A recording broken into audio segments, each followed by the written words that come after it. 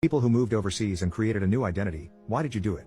I was falsely accused of a heinous crime and disowned by my family. My ex-girlfriend cheated on me. After I found out and confronted her about it, she got scared and told nearly everybody we knew that I had intimately assaulted her to cover up her cheating.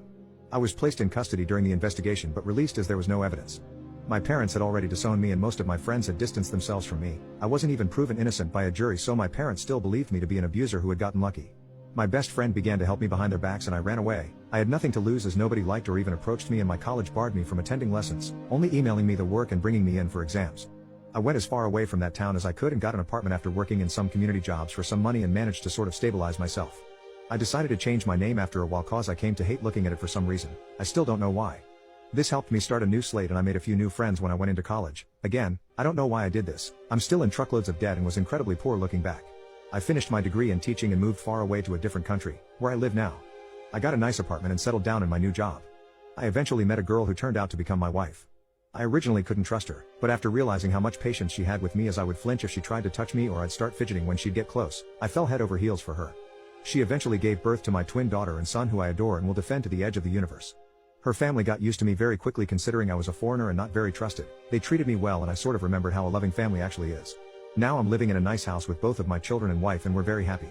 That is until one night when I was playing on our PlayStation with my son while my wife and daughter were in the garden.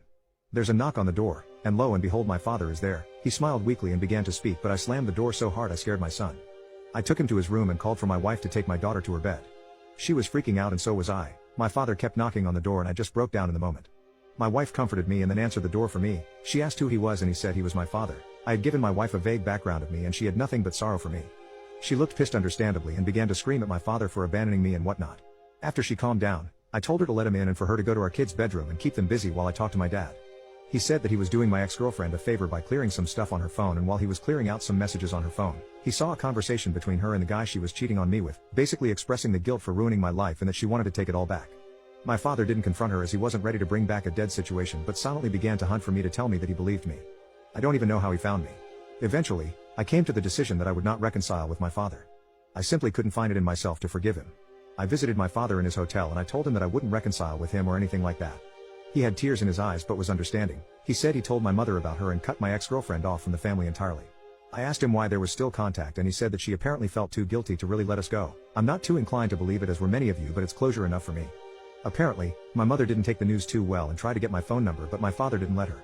Not sure what I could really trust given that I feel most of it is just a ploy to get me back into their lives, but after they threw me out onto the streets like a rabid dog it just makes me sick. My son did end up asking who was at the door, but I told him that it was a colleague. I plan to tell both of them what happened to me in my past when they're older or going through tough times to let them know that I understand. I recently had an incident with my family involving them breaking a promise. It angered me incredibly, and after a lot of thought, I decided I would face them directly.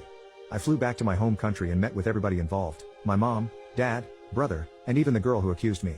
I was nervous of course, but I was shocked when I realized I didn't really see them as family. I recognized them of course, but I didn't see them the way I see my wife, kids, and in-laws. My mother started by breaking into tears and trying to apologize. I just felt disgusted by it. My father comforted my mother and my brother was the one who kept his composure and initiated conversation. He asked me how I was doing and I responded by telling him to cut any small talk and that this meeting was on my terms. I told all of them that I was not looking for reconciliation and I simply wanted closure. I made sure to tell them that I would call the police should they attempt to chase me. I asked my parents why they were so quick to abandon me, even though the police said there was no proof. They said that they made a rash decision and seeing me in custody broke their hearts. I called them out on it since they didn't try to stick up for me or anything. I then asked my brother why he never contacted me. He looked surprised and said that he did, but I just ignored him all that time. Turns out, he was right. My brother had tried hundreds of times to contact me and give me money to get me off of rock bottom, but questioned why I never answered and assumed that I hated him because of what happened. Well, as it turns out, my mother had my contacts blocked on all of her phone plans as she paid for my brother's old phone plan. So I couldn't even receive help when I was completely lost. Then the cherry on top, my ex. I first asked her why she actually did it. She said that she was scared of what would happen and that she never stopped loving me even throughout it all. She said that every session of therapy made her feel even more guilty as she knew it was all fake. She then told me that she hadn't dated anyone since in hopes that I would come back and she could apologize. Because I'm sorry would really reverse time and fix all of it apparently. Even that was a lie because my father said that he found chat logs of 3 different partners she had when I was away. My ex broke down crying and tried to hold my hand. She had the audacity to ask for another chance.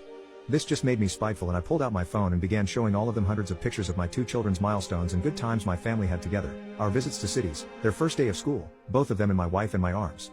I told her that this was what she could have had if she wasn't so stupid, and my parents what they missed out on for not even hearing me out. I had a moment when I thought I had gone too far, but I realized that compared to what they did to me, I hadn't. My visit wasn't all miserable though, as I met up with my old best friend and his family. They were happy to see me and I was still grateful for them taking me in when it felt like the whole world was against me.